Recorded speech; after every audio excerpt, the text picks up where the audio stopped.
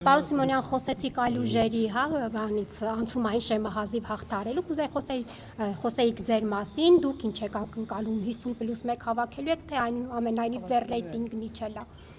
Ես համարում եմ, որ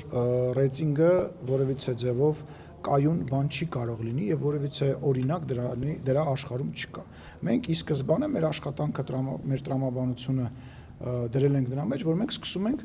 չգիտեմ 0.0%-ից, այսինքն 0-ից սկսում ենք նորից բան անել, քարոզարշավ անել եւ գնալ առաջ, բայց ակնհայտ է, որ մասնավորապես ամսի 8-ի ստորագրված փաստաթուղթից հետո դրան հետեված բաներից հետո, իրադարձություններից հետո մենք անցողիկ շեմը հաղթահարելու որևիցե խնդիր չունենք, թեպետ ես կարծում դրանից առաջ էլ չունենք, մեր համար շատ կարևորը սահմանադրական մեծամասնություն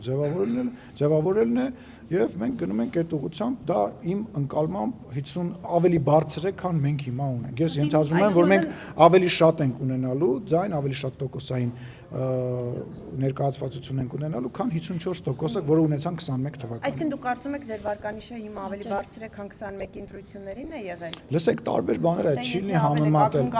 Այնտեղ տեսեք, քվեարկության տարբեր բաներ կար։ 21 թվականի քվեարկությունը լրիվ ուրիշ բանի մասին, այդ վարկանիշային քվեարկություն չէր, հա։ Դա